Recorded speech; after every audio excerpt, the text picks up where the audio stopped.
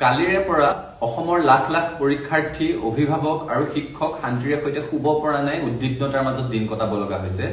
কাৰণটো হৈছে সেবাই পৰীক্ষা নিৰীক্ষা চলোৱাৰ নামত মেট্ৰিকত এনেকুৱা এখন গণিতৰ প্ৰশ্ন কাকত কাটিলে যিখন প্ৰশ্ন কাকতে ছাত্ৰ ছাত্ৰীক তীব্ৰ মানসিক হাৰাশাস্তিৰ সন্মুখীন কৰাইছে।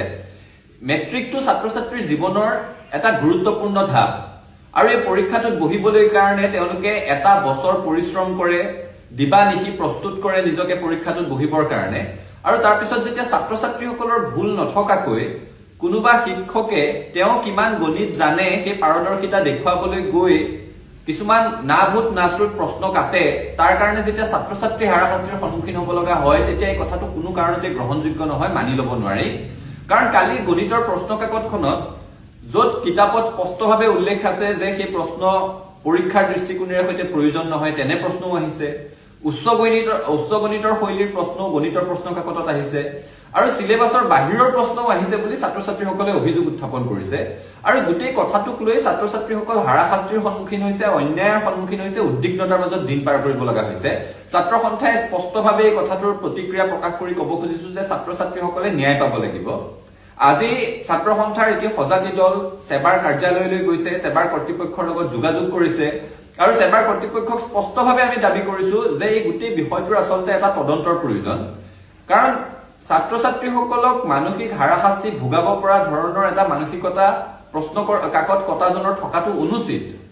সেবাৰ অধীনত এইটোৱেই শেষ মেট্ৰিক পৰীক্ষা বুলি কৈ থকা হৈছে, ইয়াৰ পিছত নতুন বোৰ্ড হ'ব আৰু যদি সঁচাকৈ এইটো শেষৰটো পৰীক্ষা হয় তেতিয়াহ'লে ছাত্ৰ ছাত্ৰীসকলক গিনিপিক সজাই ইমান বেছি পৰীক্ষা নিৰীক্ষা কৰাৰ কি প্ৰয়োজন আছিলে? আমি স্পষ্টভাৱে দাবী জনাব বিচাৰিছো যে এই গোটেই ঘটনাটোৰ এটা বিভাগীয় তদন্ত হ'ব লাগে। যিগৰাকী ব্যক্তিয়ে প্ৰশ্ন কাকতখন কাটিছিলে, যি নিজৰ পাৰদৰ্শিতা দেখুৱাবলৈ গৈ ছাত্ৰ ছাত্ৰীসকলক হাৰাশাস্তিৰ সন্মুখীন কৰালে তেওঁক জবাবদিহি কৰিব লাগে। আৰু একে সময়তে ছাত্ৰ ছাত্ৰীসকলে নম্বৰ কটা যাব বুলি, তেওঁলোকে নম্বৰ নাপাব বুলি যি এক উদ্বিগ্নতাৰ মাজত সময় কটাব লগা হৈছে, সেই গোটেই বিষয়টোৰ এটা এনেকুৱা ধৰণৰ পদক্ষেপ গ্ৰহণ কৰিব লাগে যাতে ছাত্ৰ ছাত্ৰীসকলে ন্যায় পায়। আমি গোটেই কথাটোত শিক্ষামন্ত্ৰীগৰাকীৰো আমি হস্তক্ষেপ দাবী কৰিছো, কাৰণ তেওঁৰ নেতৃত্বতেই শিক্ষা বিভাগটো পৰিচালিত হৈ আছে। ইটোৰ পিছত সিটো মেট্ৰিক আৰু হায়াৰ ছেকেণ্ডাৰী পৰীক্ষা অনুষ্ঠিত কৰাত এই বিভাগটো ব্যৰ্থ হৈ আহিছে আৰু এইবাৰো এইটো ব্যৰ্থতাৰ অন্য এটা ৰূপ, আন এক প্ৰতিফলন।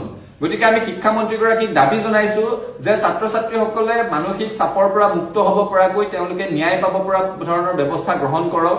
য'ত পৰীক্ষাৰ নম্বৰ ধৰি দিবলৈ প্ৰয়োজন হয় দৰকাৰ পৰিলে নম্বৰ ধৰি দিয়ক, কিন্তু ছাত্ৰ ছাত্ৰীসকল অন্যায়ৰ সন্মুখীন হ'ব নালাগে, যাতে এই ফলাফলটোৰ কাৰণে তেওঁলোকৰ ভৱিষ্যত দিনৰ শৈক্ষিক যাত্ৰাত কোনো ধৰণৰ আচুৰ নপৰে সেই ধৰণৰ ব্যৱস্থা গ্ৰহণ কৰক। আৰু যিগৰাকী ব্যক্তিৰ হঠকাৰিতাৰ কাৰণে লাখ লাখ ছাত্ৰ ছাত্ৰী, অভিভাৱক, শিক্ষাগুৰুৱে উদ্বিগ্নতাৰ মাজত দিন কটাব লগা হৈছে তেওঁৰ বিৰুদ্ধে তদন্ত কৰি তেওঁক জবাবদিহি কৰিবৰ কাৰণে আমি দাবী জনাইছো।